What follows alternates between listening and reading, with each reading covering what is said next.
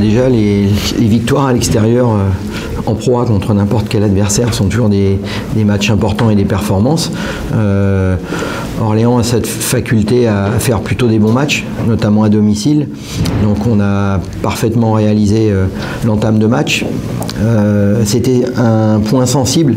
J'avais insisté là-dessus dans mon speech parce qu'il se trouve que contre Le Mans et contre Dijon en Coupe de France, Orléans avait pris un départ extraordinaire et on sait très bien que quand on est à l'extérieur, si on prend un éclat au début, de temps en temps, comme contre Le Mans a réussi à revenir in extremis, mais Dijon ils sont jamais revenus. Donc déjà l'importance de l'entame dans les attitudes, dans rien leur donner de facile.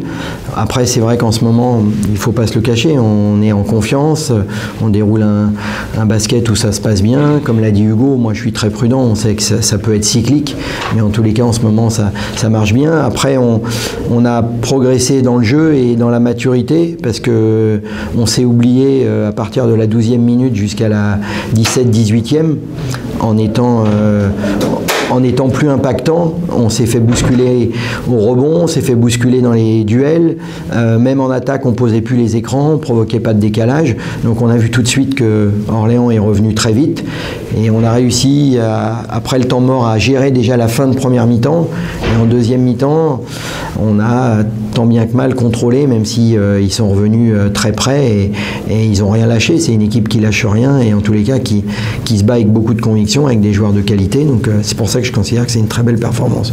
Vous savez, le basket ça va tellement vite qu'on se sent toujours en danger, même quand on a 15 points, quand vous êtes à l'extérieur, quand vous avez des joueurs de la trempe de certains joueurs d'Orléans qui sont capables sur 3-4 séries de prendre feu et de mettre des tirs importants, même on l'a vu, même 15 points d'avance ça peut vite basculer en 2 minutes à 7-8, donc on est toujours vigilant et puis nous alors c'est une force et une faiblesse. Une force parce que les garçons sont en confiance, mais on tourne à 8 en deuxième mi-temps, comme ça marchait bien, j'ai même fait le choix de tourner à 6.